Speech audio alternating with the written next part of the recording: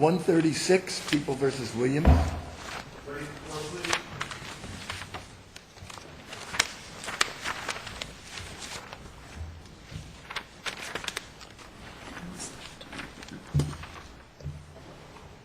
Counsel, you want rebuttal time?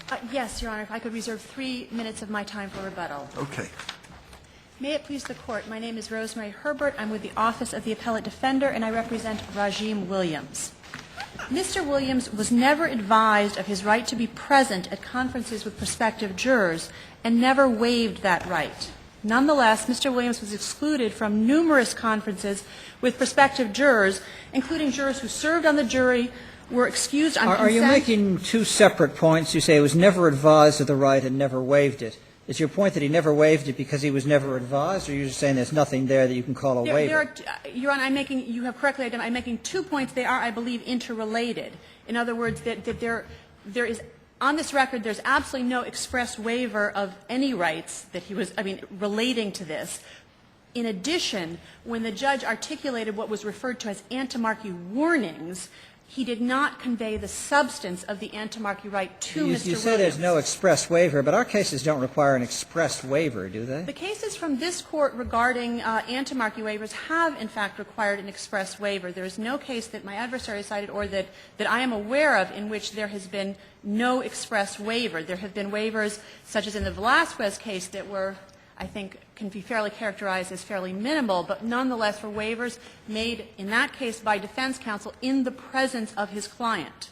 Haven't we also, Ms. Herbert, made a distinction between juror qualifications and juror bias in our cases? Absolutely, Your Honor. And the conferences at issue here, the conferences from which Mr. Williams was excluded, clearly included topics relating to bias. They went well beyond qualifications. Right, or scheduling, or things of that matter. And I do not understand my adversary to challenge that the conferences at issue here were the type of conferences that ante-marquee applies to. Counsel, when the judge asked, in the presence of the defendant, whether the ante-marquee rights had been given to him, and defense counsel immediately jumped up, and said yes, and then the judge gave it, albeit, didn't specifically say the sidebars with the jurors. Under our case law, isn't that enough? Well, Your Honor, first of all, I don't think that's quite enough, but that is not exactly what happened here. The issue first arises, first of all, not in the context of jury selection, but in the context of a pretrial suppression hearing, before there are any jurors in the courtroom or anyone has discussed anything involving jury selection. What happens is Mr. Williams is on bond in the case. They are approaching, or they have actually called the lunch break in the case, so he's going to be leaving the courtroom. The prosecutor is apparently concerned about this, and what the prosecutor says is, has he received his ante-marquee warnings? Right. You mean Parker warnings? I think that is in fact what he meant, and it is in response to that, again, garbled question that defense counsel says a one-word answer, yes. But then the judge proceeds, right? Right. The court then at that point proceeds to give a kind of mixture, a mishmash of ante-marquee and Parker warnings, culminating. I mean, what he says is that if at any time I'm discussing things with the attorneys, at sidebar, you have a right to be present. And then he says, not eliciting any response at that point from Mr. Williams, and then he says, you need to be here. If you are not here, a bench warrant will issue and we will proceed without you. Do you understand? And he says, correct. Mr. Williams says, correct. That is, again, in the context of a suppression hearing, no mention of right to be present at conferences in the jury room with prospective jurors. If at any time I'm discussing, if I'm talking to both of the attorneys, you have an absolute right to be present at that time, what's wrong with that? It does not encompass, it does not, what again this Court referred to in Keene, articulate the substance of the ante-marquee right. It does not, it doesn't mention jurors, it doesn't mention conferences with jurors. In other words, what is critical about ante-marquee is not conferences between the judge and the attorneys. It's a conference with a prospective juror in which the juror is being questioned. Am I wrong? I thought the defendant did attend some of the peremptories here. No, Your Honor. At none of the conferences where issues relating to bias were explored with the juries was Mr. Williams present. He was present when the challenges were exercised. In other words, there was a separate convocation of the attorneys, the judge, and Mr. Williams, where there are two. But doesn't that show that he was aware he could attend? I don't think it does, Your Honor. That is, again, that is not, jurors were not present at that conference. There is, when those, when on those two occasions, there is no discussion whatsoever of his presence. It appears that the parties treated that as a separate proceedings at which he would automatically attend. There's no discussion of it whatsoever, which I think, given where these occur over the course of the proceedings, is rather remarkable. Do they occur in the robing room? They occur The record sidebar, indicates they occur in that the open courtroom. Where do they occur? the exercise of the peremptory challenges occurred in what's referred to as the jury deliberating room, we refer to in the record. And again, it occurs at two different points in the record. I believe it is on the first day of jury selection. I believe it occurs, and the references are at pages 287 to 90 in our appendix, and then it also occurs on the last day of jury selection, which is the third day of jury selection, and that's at 545 through 550 in the record.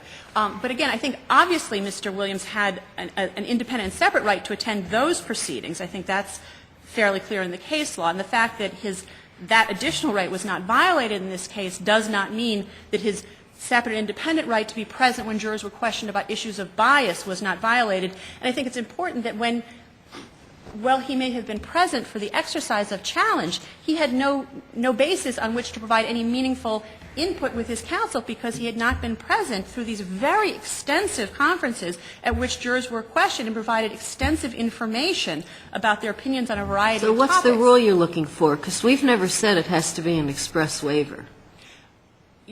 There is nothing saying it has to be an express waiver. It has to be a knowing, intelligent, and voluntary waiver, which on this record I think could not be made out. And again, there's no case upholding an implied waiver or a non-express waiver by counsel or by the defendant in the answer. Is there any case anywhere holding there can't be an implied waiver? Again, I'm not aware of any case one way or the other. All of the cases from this Court that have upheld a waiver by defense counsel, which is obviously not an express waiver by the defendant, have taken pains to point out that that waiver was made in the presence of the defendant. Is there any case that holds that fails to find a waiver on a record comparable to this one? Again, I'm not aware. Or maybe it's a simpler question. What's the best case for you?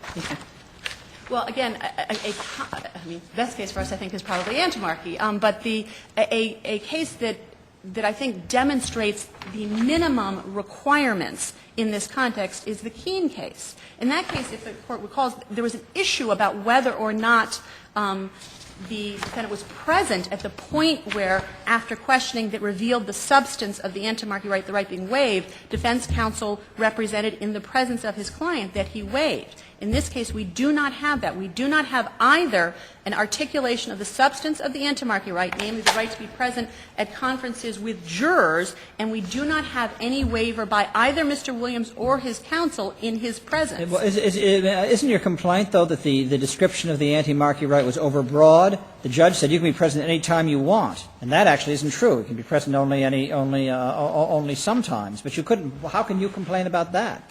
Because, again, Mr. Williams is a layperson. He doesn't necessarily know what a sidebar is. He doesn't know when people are using the case names as a code. But the judge did ask him a couple of times, have you discussed this with your lawyer? And he said yes. He discussed him. Well, again, the lawyer represented in the context of the suppression hearing that Antimarchy warnings, whatever that may be, had been discussed. There is a second point. Well, then surely you might think maybe they were Antimarchy warnings. Well, there's no such thing as Antimarchy Oh, warnings. okay, There I are, see your of course, point. Antimarchy Okay. rights or Parker warnings. And again, in the it. context, I think it is a much more logical inference that, in fact, he was talking about Parker warnings. But during the course of the trial, Your Honor is correct that there is a point at which this occurs, I think, get the exact. It occurs, again, before the lunch break on the first day of jury selection. And at that point, again, I believe the Court is moved to admonish Mr. Williams that he must return to court and that a bench warrant will issue if he does not appear at court. And then the Court follows that up by stating that at any time I'm discussing anything with the prosecutor in this case or your attorney, you are more than welcome to be present and have you discuss this with your attorney, to which Mr. Williams responds correct. Again, that fails to articulate the substance. And I think the omission of any discussion of these conferences that have been occurring in the jury deliberation room with jurors in this context is particularly significant. Again, why would any person in Mr. Williams' position believe that that is what's being talked about? That is what the Court is referring to when he asks if you've discussed that with your attorney. And again, the sole point at which the attorney represents to the Court that Mr. Williams waives his right occurs outside of the presence of his attorney. The judge says, at any time I'm discussing anything with the prosecutor in this case and your attorney, Mr. Goldberg, you are more than welcome to be present. That is your right. And I'm sure that is also something that you discussed with your attorney. Is that correct? Answer correct. How could the defendant possibly have had a discussion on that subject with his attorney and not find out the substance of the antimarchy right? Again, we're left with the record that we have. That description by the judge does not reference I see that point. But even if you assume that description to be ambiguous or confusing, if he really did have this discussion that he said he had with his lawyer, it's a little hard to imagine one in which the lawyer doesn't explain antimarchy. Well, which may mean that his response, correct, is not a very meaningful one. But again, I think, we are left with the record that we have where at no point does the judge inform him or is there any indication that his attorney has informed him of the substance of the antimarchy right, which is the right to be present. So if the judge doesn't talk about the jurors, it's an inadequate Again, this Court has made very clear that there's no particular litany or colloquy that must occur. But the substance. It certainly sounds like you're looking for a certain something colloquy. Again, I'm not looking for any specific language, but I am looking for something that conveys the substance of the right. Is it a better practice that you're looking for, or is it something that's essential? I think it's essential, Your Honor. And again, this Court has on prior occasions, particularly in the Velasquez case, indicated that the better practice is to articulate. Right, but there's a difference between practice and something that's required in colloquy. In order to find a waiver, whether the Court finds an express waiver or an implied waiver, in order to find a waiver, there has to be knowledge of the right. You can't waive something you don't know that you have. And on this record, there is not an adequate advice. There's really no advice regarding the substance of their rights. There could not be a waiver. Thank you, Your Honor. Okay, thank you. Counsel? Go ahead, Ken. May it please the Court, my name is Noah Shamoy, and I represent the Office of the Bronx District Attorney. What about your adversary's contention that there was no substance to the waiver that we can see in the record that would adequately cover the situation? I gather even acknowledging that there doesn't have to be any particular colloquy, as she says.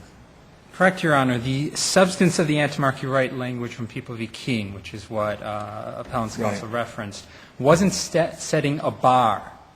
It was simply making a note that in that case, that added to the finding of a valid waiver. The minimum standard, as you referenced, is that there is no mandatory catechism. There is no specific language that needs to be used. But you agree that the cases say that's a better practice to say. It is a better practice. To mention the jurors specifically. But in this case, the practice was more than sufficient. It seemed like, as your opponent argues, you got a confusion as to warnings and rights. You got a confusion as to whether it means at jury selection or merely at sidebars, and we all understand how all of the segments of a trial. And then the judge says to the court clerk, where's the defendant? He said, well, he's waived his rights. One of the reasons I granted leave, it troubled me that it was such a casual treatment of what can be a very important right to a defendant, to be able to participate in jury selection. But the court clerk said, he waived. He says he's not coming. Well, Your Honor, that is true. The court clerk did at the initial conference say that he elected to remain in the courtroom. And the judge reiterated himself and said that the defendant has elected to remain in the courtroom and has received his antimarchy rights. Now, the interesting thing here is this court actually went to great lengths, more than most courts, to deal with antimarchy. Most courts would only reference it once and let it go. This court repeatedly came back to it to make sure that the defendant knew that he could come in. And, in fact, the second time he discussed it with the defendant, and he said, right after one of these conferences took place, he said, at any time I'm discussing anything with the prosecutor in this case and your attorney, you are more than welcome to be present. That is your right. And I'm sure you've discussed this with your attorney. And he says, correct. So this is a judge who's being... What counsel is saying is that he never knew what this anything was. He was never advised that he had the right to be present during jury selection or during these sidebars, et cetera. Well, and the purpose of those conferences. yes, Your Honor. The record refutes that, however. First, it starts with defense counsel saying that he informed his client of his antimarchy rights. That's the only way that that record could be read. In order to reach the point where you're saying that they were really discussing Parker, you'd have to assume that the prosecutor misspoke, that defense counsel understood the prosecutor was misspeaking, and that the court also understood the prosecutor was misspeaking. After hearing the word antimarchy, which is not something which people just throw out there and ignore, it's very serious, and everyone knows what happens if a defendant doesn't have his antimarchy rights explained to him. So we're certain on this record that defendant was informed of his antimarchy rights. And we're certain because there's no real question about the competency of defense counsel, and it's not a difficult right for counsel to explain to his client. He simply has to say, you have the right to come up when I go up, and there are jurors going in the back. It's very simple and it's very straightforward, and there's really no reason to question defense counsel's representation. There's also no reason to believe that he didn't understand that the follow-up by the court wasn't directed towards that as well, which is saying you have the right to come up any time I have a discussion with both attorneys. Now, that is broader, and that is beyond the right that a defendant is normally entitled to. Do you think from that he got the impression that he could go in the back room? Absolutely, Your Honor. It was proved by the fact that he went in the back room twice, even though the court never used the words jury deliberation room or voting room. He only called it sidebars each time, and yet the defendant found his way back there when tactically it would make sense for him to go back there.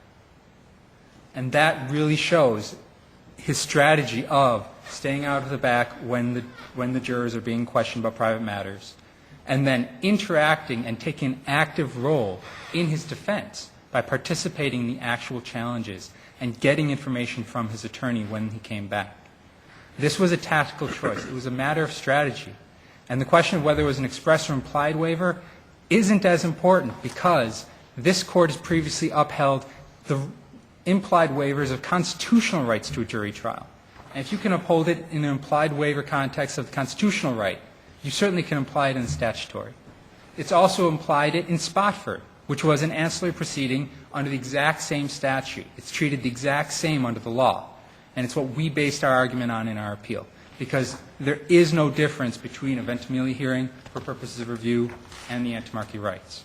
So the fact that this court has found an implied waiver in Spotford, and it expressly discusses the implied waiver language second, but finds as an alternative, shows that this court can find an implied waiver or that an express waiver took place.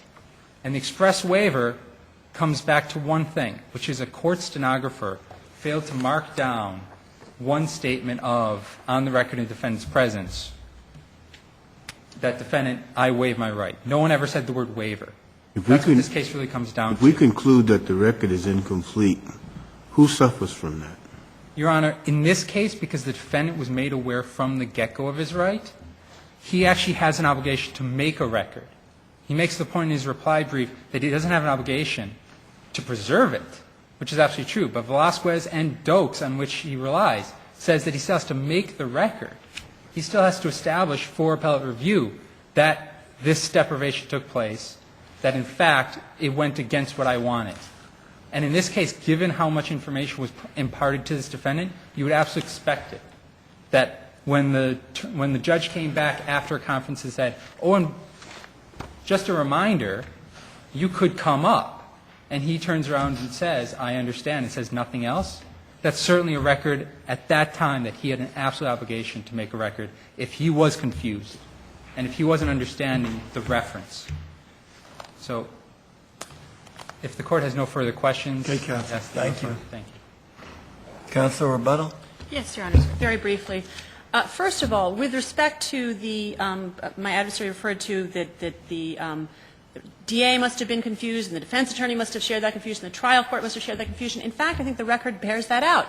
If there are some additional pages from the trial transcript that I provided to the Court, those demonstrate that during the trial, when the jury selection is long gone, the judge continues to issue what he refers to as antimarchy and Parker warnings. This is during the trial. So this judge, for whatever reason, is confused, and apparently the attorneys share that confusion. So on this record, I think it is absolutely a logical logical and reasonable inference that the judge was confused, and apparently the attorney shared that confusion. And under those circumstances, I think we cannot rely on the attorney's one-word representation during the course of a suppression hearing that he discussed anti-marquee warnings. I think the context in which the statements by the judge, particularly the one that occurs during jury selection, is given is critically important. He's talking about conversations at sidebar with the attorneys. He's talking about a different location and different personnel than those that are involved in the anti-marquee right, and I think that's a critical distinction. I also, just in reference to Judge Pickett's question about, or comment about the casual treatment that these rights are sometimes afforded, I think it's worth remembering that this is an important right. It goes to the defendant's ability to participate in the very critical stage of jury selection. And I understand that there may be strategic and tactical reasons why somebody might choose to not to be present. There's certainly, it's an area where, in fact, the interests of the attorney and the interests of the defendant may be at odds with each other. The attorney may think it's a better strategy not to have his client present, but the client may very much wish to be a knowing and knowledgeable participant and then able to participate in the exercise of challenges. So I think that needs to be recognized here in evaluating what's going on here. With respect to, again, my adversary says that there is no obligation to preserve, but then essentially does seek to or ask this Court to put a burden on persons in Mr. Williams' position to protest, or as I think he said, find his way into the jury deliberation room. And I think that is a very unrealistic view of what occurs in courtrooms involving criminal defendants. A criminal defendant is not free to roam about the courtroom, even one who is not incarcerated at the time. That is simply not realistic to think he could simply get up and walk into the jury room. Isn't the best inference in the record that his lawyer, that he was following his lawyer's advice as to where to go and when? I think there's nothing in the record that indicates one way or another as to that. And given the fact that he is given these extremely confusing and essentially misleading warnings by the judge, that is not a reasonable inference, at least not on this record. And I think, again, the Court has admonished the trial courts repeatedly about the better practice. That is apparently not getting through, and I think the Court needs to draw a line, needs to require a waiver be made at a minimum in the defendant's presence, and that the substance of the anti-marquee right be articulated before it could possibly be waived. Thank you, Your Honors. Okay, thanks, counsel. Thank you both.